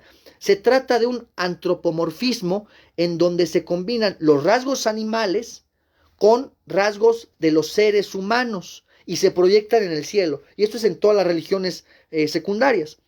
¿Qué es Quetzalcóatl? Una serpiente emplumada, pero que tiene cuerpo de guerrero, por ejemplo. Entonces está ahí el mito por completo. O el dios del fuego, en fin. Ahí está toda esta proyección politeísta que se proyecta sobre la bóveda celeste y que esas son las religiones que tienen la inmensa mayoría de los pueblos que aquí están. Ahora, hay una gran diferencia con la religión católica y yo voy a exponer aquí algo delicado. Nosotros partimos desde una perspectiva materialista y esto implica decir que no se cree ni en espíritus, ni en esencias, ni en nada parecido. Es decir, de un ateísmo. Esa es nuestra perspectiva. Pero ojo, de un ateísmo que el profesor Bueno, y así también lo denominó él, tiene una raíz católica. O sea, podemos hablar de un ateísmo católico. ¿En qué sentido van a decir, pues es una locura, ya enloqueció? No, no, no. Es decir, suponemos o partimos de un ateísmo, pero no se reniega de toda la tradición que tiene el catolicismo, una obra filosófica inmensa y una tradición de 2000 años. Es decir, todas las iglesias, la pintura, el arte, la música, está atravesada, apenas hasta, si quieres usted, hasta hace un siglo, por el papel del catolicismo muy particularmente. Entonces, no puede uno hacer tabula rasa de una tradición de 2000 años. Y además, el catolicismo, los decimos respetuosísimos de la creencia que tengan ustedes, o sea, simplemente estamos siendo objetivos, pues tiene unos principios y en el fondo es filosofía griega y derecho romano, digámoslo así, ¿no? Y entonces eso le da un vigor y un racionalismo muy fuerte a la tradición y al dogma católico. Y nos está diciendo un ateo, lo decimos con todo respeto, ¿no? Somos ateos, pero no somos anticlericales, y lo decimos con mucha responsabilidad, ¿no? Entonces, desde ese punto de vista, la religión católica es una religión terciaria, como puede ser el judaísmo o incluso el islam, aunque hay evidentes diferencias entre ellas, pero que finalmente son religiones superiores a las que ya estaban aquí frente al politeísmo pagano antropomórfico. ¿Por qué?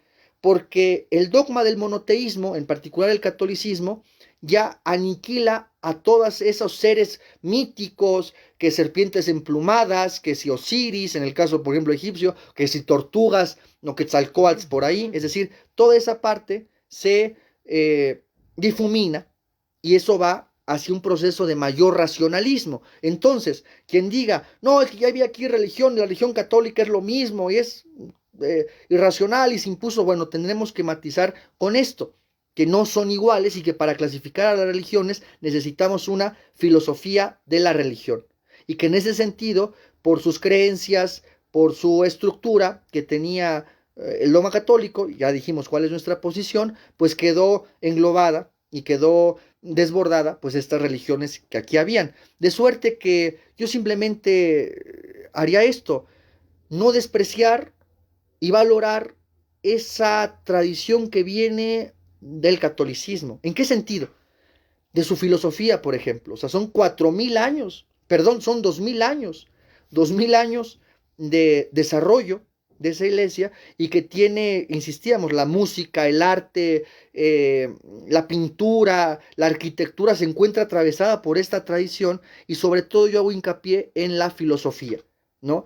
Simplemente, como ejemplo, hubo un filósofo que se llamó Francisco Suárez. Y cuando uno analiza la obra de Francisco Suárez, que era un jesuita español del siglo XVIII, usted se va a sorprender, porque son una cantidad de tomos desbordantes y es de una profundidad filosófica que hoy un estudiante de filosofía seguramente no podrá entender por lo complejo de las ideas. Hay un racionalismo tremendo allí, de suerte que no se puede decir que tampoco importa y que solamente se impuso una religión, sino había un racionalismo inserto en ese sentido, frente a las religiones politeístas o, o secundarias que tenían aquí los pueblos indígenas que aquí habitaban. Pues yo quiero decir esto. Y por último, debemos de concluir. Les agradezco su paciencia. Espero les sea útil esta charla que hemos tenido. El papel de la lengua. Esto es muy importante. El papel de la lengua. Sintámonos orgullosos de hablar español.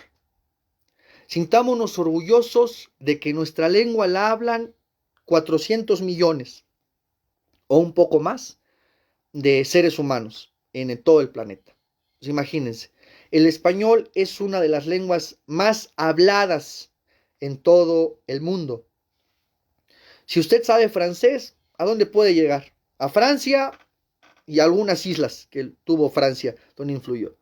Si usted habla alemán, pues fuera de Alemania, dudo que le puedan entender. Si habla inglés, claro, porque el inglés ha impuesto. Pero si usted habla español, se puede mover por toda América, se puede mover por Europa, por Oceanía y por África. Porque recuerden que en África, en Guinea Ecuatorial, se habla español. Entonces, esto es fundamental, mis queridos amigos. Quedamos insertos nosotros cuando se forjaron los nuevos pueblos con la llegada de los españoles a nuestra región, quedamos insertos en una, vamos a llamarla así, una civilización, en una cultura de tradición griega, latina, hispánica, formamos parte de esa vertiente y que tenemos una lengua producto de esta llegada de los españoles, de este acto civilizatorio de España en América. Tenemos una lengua muy potente, una lengua de pensamiento, una lengua filosófica por antonomasia, y que la hablan ni más ni menos que 400 millones de seres humanos en todo el planeta, incluida Oceanía, incluido en África. No se diga en Europa por España, el peso del español en Europa es muy importante, y no se diga en toda la zona americana. Entonces, sintámonos orgullosos de nuestra lengua. No necesitaríamos el inglés, al contrario, yo creo que los ingleses, es decir, los de habla inglesa, ya sean británicos, norteamericanos o lo que fuesen, deberían de aprender español, porque nuestra lengua es potente y es una lengua que es producto de esa acción del imperio español y que nosotros somos productos de ese encuentro finalmente y de esa acción y esa obra de España en América, y no podemos nosotros abjurar de esa obra porque nos estaríamos negando a nosotros mismos. Pues es que ¿de dónde salimos nosotros? Salimos de esa obra de España en América. Muy bien. De suerte que después de toda esta charla que hemos hablado, fíjense, hablamos, para recopilar, hablamos de cuál es el papel del descubrimiento, cuál era la idea de descubrimiento, cuál era la idea de América, cuál había sido el impulso que llevó a España a tratar de dar la vuelta a la tierra y se encontró con América, el papel de Colón, que es secundario y que aquí lo que importa es la obra de la monarquía española y particularmente de esa mujer universal que fue Isabel la Católica, Isabel de Castilla. Hablamos de qué pasó en la conquista, de a quiénes conquistaron, de que nosotros como pueblos no existíamos, ¿no? Hablamos también del papel de lo que estábamos diciendo ahora, de la obra de en América, de que nosotros somos producto y resultado de esa obra en la región. Y debemos de concluir con esto. Creo que hemos tratado aquí de argumentar, por eso nos tardamos un poco más. Yo comentaba con los compañeros de Pensamiento Nacional yo platicaba con ellos y decía, compañeros, ¿qué hacemos? Es un tema muy complicado y requiere tiempo para explicarlo. ¿Hacemos una cápsula de 15 minutos y decimos poca cosa? ¿O hacemos que dure un poco más, pero le damos mayor sustancia? Y me dijeron esto los compañeros, hazla un poco más extensa, porque a quien le va a interesar, pues tal vez pueda seguir viéndola, y en 15 minutos también, ¿qué se puede explicar? No se puede explicar prácticamente nada. Entonces, espero les sirva, la puedan ver tal vez por partes, en fin. Concluimos entonces, después de todo esto, de hablar de todos estos temas tan complejos, tan delicados con ustedes, gracias por su paciencia, queda por hacer un conjunto de conclusiones. Entonces, ¿cómo entender el 12 de octubre? ¿Cómo entenderlo? Yo creo que aquí hemos roto el mito del genocidio, del expolio, de que se mató a todos los indígenas, de que se vino simplemente a extraer riquezas y oro. Eso fue mentira, ¿no? Eso es falso, eso es falso. El imperio español en América no fue una maquinaria de depredación. Y queda concluir por lo siguiente. Entonces, ¿cuál es el sentido del 12 de octubre? Y nosotros diríamos lo siguiente, el 12 de octubre debe ser el día en que se festeje, se conmemore y se tome como bandera la unidad de Hispanoamérica, la unidad hispana. Eso es muy importante, es decir, de todos aquellos pueblos que surgimos a partir de la obra de España en América y que hablamos español. ¿Y quiénes están interesados en que estemos desunidos? Pues los imperios enemigos. En su momento fueron los norteamericanos y hoy también los chinos. Nada más, nada le aterra más a los norteamericanos o a los chinos a que nos unamos todos los pueblos hispanoamericanos. Eso es muy importante.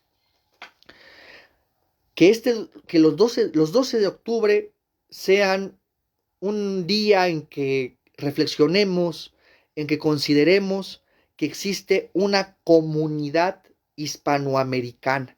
Esta es la clave. Después de todo lo que hemos argumentado aquí, ¿cuál es la conclusión? Bueno, que estas tierras americanas, a través pues de la presencia de España aquí, se conformaron y surgieron nuevos estados. Ahora sí, a partir del siglo XIX, se van desgajando estas partes del imperio y se van formando nuevas naciones. Esa es la clave. Van surgiendo nuevas naciones, surgen otros estados, surgen otras naciones políticas que conforman hoy Hispanoamérica. Y que Hispanoamérica tiene unidad, ojo, ¿por qué se puede hablar de Hispanoamérica? ¿Por qué conformamos una unidad desde el río Bravo hasta la Patagonia? Porque tenemos rasgos comunes producto del imperio español en esta región, porque hablamos el español, porque la mayoría tiene una religión muy parecida y mayoritariamente en nuestros pueblos, ¿no?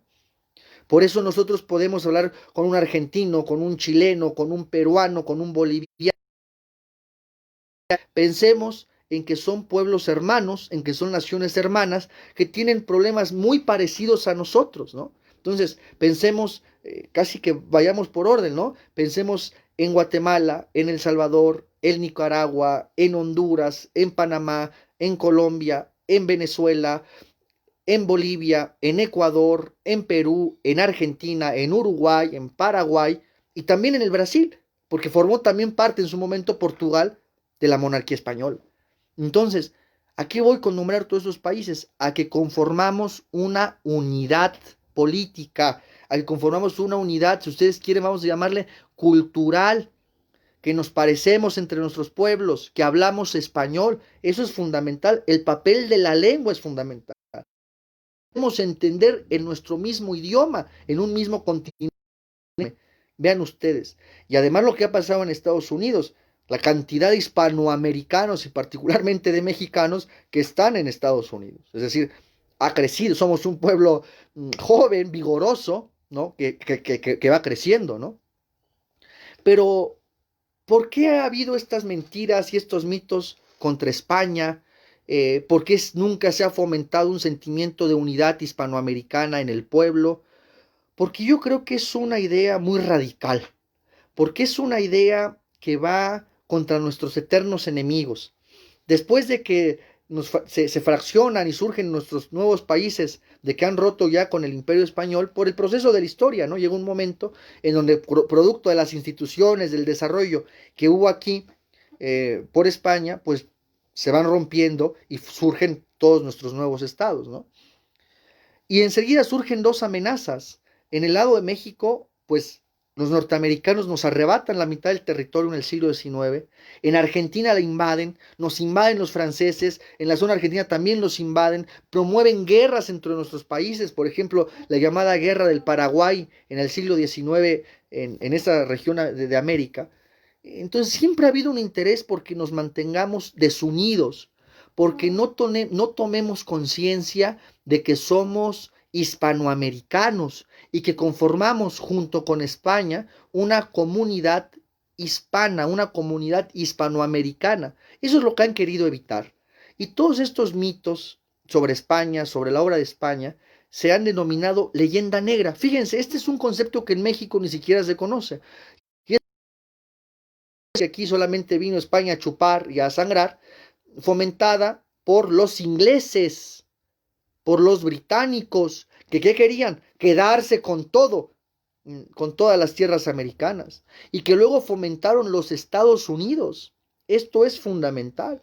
Y son los imperios anglosajones, es decir, los norteamericanos, los ingleses, y hoy los chinos, que quieren apropiarse también de nuestros recursos, en que han bloqueado la idea de la unidad hispanoamericana, no latinoamericana, ¿no?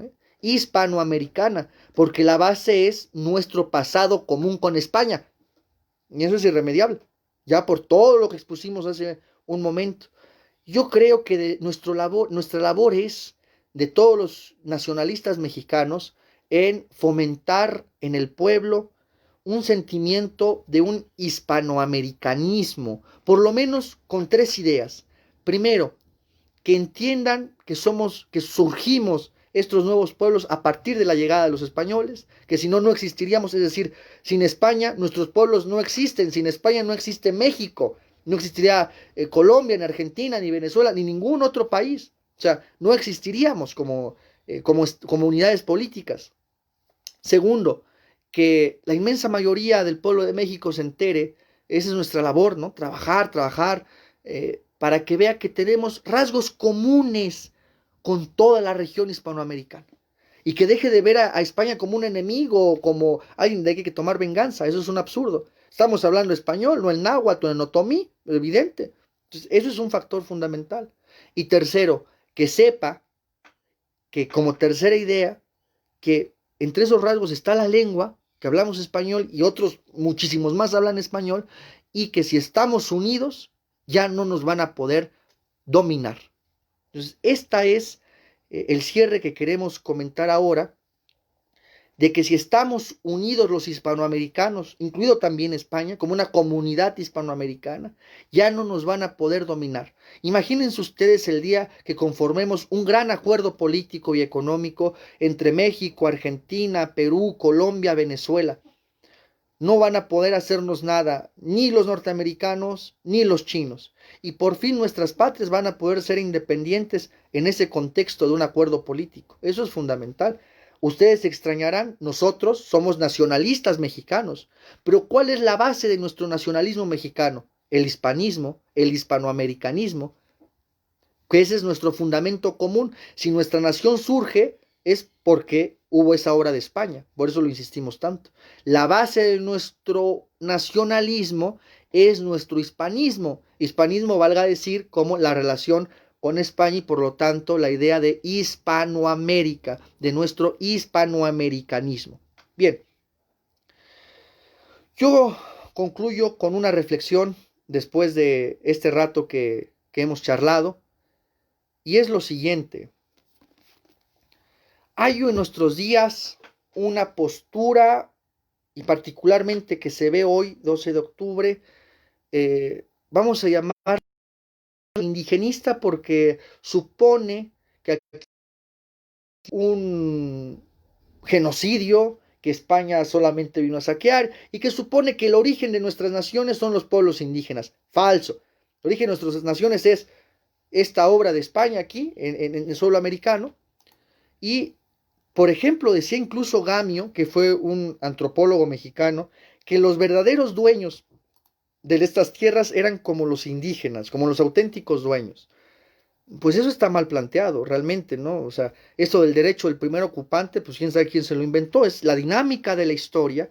Y en este punto hay que preguntarnos sobre la cuestión de los problemas de nuestros pueblos indígenas.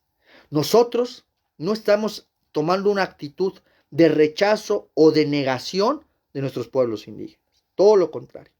Nosotros decimos que el tema de la conquista no se agota en la cuestión indígena porque va más allá, porque nosotros ya no somos étnicamente de grupos así, somos un pueblo nuevo que surge del llamado mestizaje, aunque es un concepto con el que hay que tener cuidado también, pero que somos un pueblo nuevo que surge a través de la obra de España y somos ya otra cosa, eso, un pueblo nuevo. Pero frente a esta situación, hoy en la actualidad, ¿qué hacer con nuestros pueblos originarios que padecen discriminación, que padecen pobreza, que padecen exclusión y la injusticia social? Los indigenistas, que ellos son los que dicen, no, hay que mantener a los pueblos indígenas en una urna de cristal, que no se contaminen con la civilización occidental, que no se relacionen con la gente, con lo español, con eso que les va a quitar su cultura. Ahí está el mito de la cultura. Suponer que las culturas son unas esferas impenetrables, permanentes y perpetuas que nunca cambian. Primer error, o sea, son metafísicos, son falaces, porque caen en el mito de la cultura que ya lo explicamos. Segundo, a mí me parece que esta postura de estos indigenistas que dicen, no hay que mantenerlos en una urna de cristal, no hay que integrarlos al nacionalismo mexicano, porque el nacionalismo y la nación es una idea que niega la diversidad cultural, que les impone el español, que les impone una escritura. O sea, ¿qué quieren estos indigenistas? ¿Qué quieren estas gentes, generalmente universitarios? O sea, es que esto indigna, amigos míos. ¿Quieren que nuestros pueblos indígenas sigan en esa pobreza? ¿Que sigan sin servicios de agua, de luz, de drenaje, de una vivienda digna, de tener un trabajo digno, que a veces salen en nuestros pueblos indígenas sus miembros descalzos, que no puedan ir a la escuela, que no puedan estudiar, que no puedan integrarse a la nación? ¿Eso es lo que quieren los indigenistas? Cuando hablan de que no hay que contaminarlos, no hay que integrarlos porque la nación explota. ¿Eso es lo que quieren? O sea, ¿quieren que nuestros pueblos indígenas sigan en ese atraso, excluidos de la nación? ¿Eso es lo que quieren? Yo me niego rotundamente a que ese siga siendo la historia y el desarrollo y la vida de los pueblos indígenas en México. Me sigo negando a que se tome esa actitud de estas gentes indigenistas, universitarios muchos de ellos, ¿verdad? Que seguramente para poder seguir teniendo trabajo los antropólogos o hacer sus trabajitos ahí, sus articulitos, sigan nuestros pueblos así. Eso yo no lo acepto. Yo creo que desde Pensamiento Nacional no lo aceptamos y los nacionalistas mexicanos no lo aceptamos. Nosotros queremos que los pueblos indígenas y sus integrantes tengan acceso a la educación, a la salud, a una vivienda digna, a un trabajo. No queremos segregarlos, porque ¿cuál es la actitud que tienen estos indigenistas? Los que andan hablando ahí de que España es un genocidio y de que no hay que contaminarlos con la idea de la nación o que no hay que contaminarlos con la cultura occidental. Quieren segregarlos, quieren mantenerlos en esa postración, y eso no se puede aceptar. Son unos reaccionarios, son unos retardatarios de querer mantener así a nuestros pueblos indígenas. ¿Qué proponemos? Que queden integrados a la nación mexicana, que recuerden que antes de todo somos mexicanos. Esa es la clave, amigos míos. Y que nadie quede excluido de la educación, de la salud. Quiero que nuestros pueblos originarios puedan salir ingenieros, profesores, maestros, empresarios, sobre todo si están ligados a la cuestión agrícola, empresarios de la agricultura. Así necesitamos a nuestros pueblos indígenas, que sean mexicanos antes de cualquier otra situación, porque conformamos una unidad nacional. Y esa unidad nacional es indestructible. Y quien atente contra la unidad nacional, ese es un enemigo de México. Y ya saben ustedes cómo hay que tratar a los enemigos de la nación mexicana. O sea, ese es nuestro rechazo total. Esa es la actitud de estos indigenistas. Ahora, el presidente, voy a hablar brevemente de la carta que envió el presidente al Papa Francisco, en donde dice que que la Iglesia Católica y la monarquía española debe pedir perdón por lo que pasó aquí, por el robo, que no se les debe de molestar en sus culturas, en sus tradiciones, en sus prácticas, en sus creencias, en sus cosmovisiones, y que debemos de pedir perdón. Discúlpenme, amigos míos, pero aquí el presidente se equivoca absolutamente. Aquí el presidente con esa actitud, tiene una actitud reaccionaria, retardataria, una actitud que quiere el retraso, una actitud retrógrada, absolutamente el presidente de la República. Porque es condenar a nuestros pueblos indígenas a la postración. O sea, ¿cómo van a empezar a promover, cómo vamos a admitir nosotros que en las zonas de los pueblos indígenas sigan creyendo que llueve porque se danza alrededor del fuego y no vaya el sistema educativo y no haya una escuela? O sea, es mantenerlos en atraso y en esas creencias que son ya irracionales. ¿Cómo vamos a dejarlos así? Esa es la actitud, porque los quieren segregar y mantener en el atraso. Nosotros nos negamos. Nosotros queremos que queden integrados a la nación mexicana. Y que vivamos como todo el pueblo de México, podamos vivir dignamente, con justicia social. Entonces, esa actitud del presidente es una actitud que cae en el mito de la cultura, en la leyenda negra. Cuando hablo de leyenda negra, son estos mitos de que España nada más vino a robar y saquear, que armó el imperio inglés y los norteamericanos para que no encontremos nuestra unidad como pueblos hispanoamericanos, para que no nos sintamos unidos entre nosotros y nos puedan dominar, y entonces ellos sí vengan a robar nuestro petróleo, con gobiernos traidores como en México. Vean la relación que hay con el pasado. O sea, si no encontramos unidades por la obra de España y quieren evitar que entremos en esa conciencia de que somos una unidad histórica, cultural, que hablamos la misma lengua, para que no nos unamos. Y entonces el presidente de la República le está haciendo el juego a esos imperialismos, al imperialismo norteamericano y al imperialismo chino, que también quiere quedarse con nuestros recursos naturales y con nuestras riquezas. Que solamente unidos los pueblos hispanoamericanos podemos hacer frente a esos imperialismos, unidos o dominados. Esa es la consigna para el porvenir de nuestra región. Entonces, el presidente, cuando toma esa actitud, está tomando una actitud totalmente reaccionaria, retardataria. O sea, ¿cómo se va? Fíjense, se habló de la educación indígena, ¿no? Y entonces en una escuela, en vez de enseñarle química, física, matemáticas a los niños, se les enseñan, bueno, pues que el mito de Quetzalcóatl, que si danzas llueve, pues no. O sea, es mantenerlos en ese atraso, ¿sí me explico? Y eso es lo que está pidiendo el presidente y los indigenistas. Yo no lo acepto. Y el presidente se equivoca y cae en el mito de la cultura, en el mito de la leyenda negra, va contra la unidad hispanoamericana y va contra la nación mexicana. Y encima es una actitud reaccionaria respecto a los pueblos indígenas. Esa es la clave. Bien, dicho esto, el presidente se dice admirador de Juárez. Y yo creo que el presidente Juárez, que es una figura enorme en la historia de México, es exactamente lo contrario a lo que pretende López Obrador y es lo contrario a lo que quieren los indigenistas. El presidente Juárez, que era de origen indígena. Porque ¿qué hizo el presidente Juárez? ¿Cuál es la gran obra de Juárez respecto a la nación mexicana? Cuando el presidente se dice que es juarista, pues no es cierto, el presidente no es juarista. ¿Cuál es la obra de Juárez? ¿En qué consiste la reforma liberal del liberalismo de esa época, el liberalismo nacional mexicano? Consiste en que todos los individuos que vivamos en México seamos iguales, que haya una igualización de los individuos que hay aquí, que antes que todos seamos mexicanos y que todos tengamos los mismos derechos. Esa igualización que nos lleva a decir todos somos mexicanos. En eso consistió la reforma liberal del presidente Juárez. Y cuando estos grupos indigenistas, cuando López Obrador empiezan a fomentar debates étnicos diciendo, no, es que este es afroamericano, es que este es indígena, es que este no sé qué, están rompiendo con esa unidad nacional y están rompiendo con la obra de Juárez, que consiste en primero decir que todos somos mexicanos.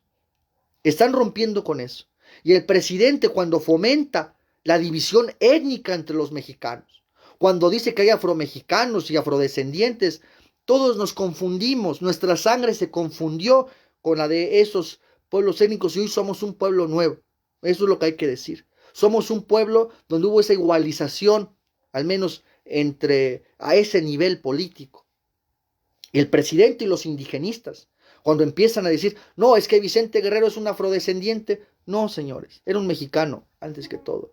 ¿Qué están haciendo? Están fomentando la división étnica de México, que fue un tema que superamos hace mucho tiempo, que gracias a la Revolución Mexicana y que se pudo elevar el nivel de vida en cierta magnitud del pueblo de México, pudimos sacar adelante como un pueblo unido, con unidad nacional. Entonces el presidente cuando toma esta actitud va contra la unidad nacional y va contra la obra de Juárez. El presidente entonces no es juarista. Ser juarista no es andar gritando contra la iglesia. Eso es falso. La obra de Juárez fue que a todos los mexicanos nos declaró que valíamos por igual y que antes que todo éramos mexicanos. Incluso él mismo, que venía de una procedencia indígena. El presidente Juárez sabía 6 idiomas, sabía latín de entrada. Imagínense. Y él dice, yo pude llegar a donde llegué por la educación. ¿Y qué acaso el presidente Juárez llegó a presidente por saber hacer test de herbolaria? No, porque estudió, bueno, el presidente Juárez daba clases de física en el Instituto de Oaxaca. Ese es el presidente Juárez. Cuando el presidente Obrador toma este discurso de volver a levantar heridas, a levantar la división étnica del pueblo de México, se equivoca y no es juarista, es antijuarista. Y si esa es la ruta que va a llegar, nosotros le decimos humildemente desde este pequeño espacio a sus seguidores y a quien nos haga el favor de ver, que va a acabar mal, que no abramos debates y cuestiones ya superadas, que la sangre de los pueblos que vinieron aquí se mezcló y culturalmente pues hubo esa interacción cultural y conformamos este pueblo nuevo, este pueblo maravilloso que son los pueblos hispanoamericanos. Esa es la verdad. Aparte, hay que decirlo, muchos de los pueblos indígenas o de los miembros todavía que se llaman indígenas son también mestizos, obviamente, hombre. Aquí hubo una integración, los afrodescendientes también se integraron con indígenas, con los africanos, con los españoles, hubo una integración cultural que conformó este pueblo, entre las distintas partes de la cultura, de la lengua, de las costumbres, etc. Y que hoy están rompiendo. Y eso es lo que quieren los indigenistas, y lo promueven, y el presidente lo promueve. Entonces, esa es una actitud nefasta. Yo quiero cerrar y despedirme deseándoles un buen 12 de octubre, diciendo que el 12 de octubre debe de ser para nosotros el día de los pueblos hispanos, de los pueblos hispánicos que conformamos una unidad, y simplemente leer este discurso de uno de los personajes más importantes de Hispanoamérica, que se llamó Juan Domingo Perón.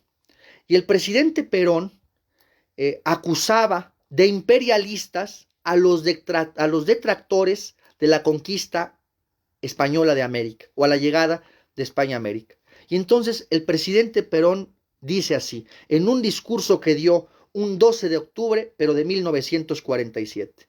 Dice el presidente Perón, la historia, la religión y el idioma nos sitúan en el mapa de la cultura occidental y latina, a través de su vertiente hispánica, en que el heroísmo y la nobleza, el ascetismo y la espiritualidad alcanzan más subibles proporciones. Y sigue el presidente Perón. Para nosotros, la idea de raza no es un concepto biológico. Para nosotros es algo puramente espiritual. Constituye una suma de imponderables que hace que nosotros seamos lo que somos y nos impulsa a ser lo que debemos ser, por nuestro origen y nuestro destino. Para nosotros, los pueblos hispánicos, los pueblos hispanoamericanos, esto es un estilo de vida que nos enseña a saber vivir practicando el bien y a saber morir con dignidad. Y cierra el presidente Perón. La obra civilizadora de España cumplida en tierras de América no tiene parangón en la historia. Es única en el mundo. Su empresa tuvo el sino de una auténtica misión. Ella no vino a las Indias ávidas de ganancias y dispuesta a volver la espalda y marcharse una vez exprimido y saboreado el fruto. Venía para que esos pueblos se organizaran bajo el imperio del derecho y vivieran pacíficamente. No aspiraban a destruir al indio, sino al ganarlo para la fe y dignificarlo como ser humano. Respecto a la leyenda negra y a decir que España no hizo más que saquear, nosotros podemos decir lo que decía el presidente Perón. Quien detrás está de la promoción de la leyenda negra son los imperialistas. Dice, su empresa, la de España, fue desprestigiado por sus enemigos. Todas las armas fueron probadas. Se recurrió a la mentira. Se tergiversó cuanto se había hecho. Se tejió en torno suyo una leyenda plagada de infundios y se la propaló a los cuatro vientos. Y todo con un propósito avieso, porque la difusión de la leyenda negra, que ha pulverizado la crítica histórica seria y desapasionada, interesaba doblemente a los aprovechados detractores. Por una parte, le servía para echar un baldón a la cultura heredada por la comunidad de los pueblos hermanos que construimos Hispanoamérica. Por la otra, procuraba fomentar así en nosotros una inferioridad propicia a sus fines imperialistas, cuyos asalariados y encumbradísimos voceros repetían por encargo el ominoso estribillo de nuestra incapacidad para manejar nuestra economía e intereses. Y cierra Perón. Allá están como prueba faciente de su magnífico aporte a la cultura occidental las cúspides de las iglesias asomando en las ciudades fundadas por ellas, en las leyes de Indias, modelo de ecuanimidad, sabiduría y justicia, sus universidades, su preocupación por la cultura, su celo por difundir la verdad revelada. Yo me despido con esto, recordando que ojalá podamos a lo largo o en el porvenir constituir una comunidad hispánica en donde los pueblos hispanoamericanos queden unidos para que no estar dominados.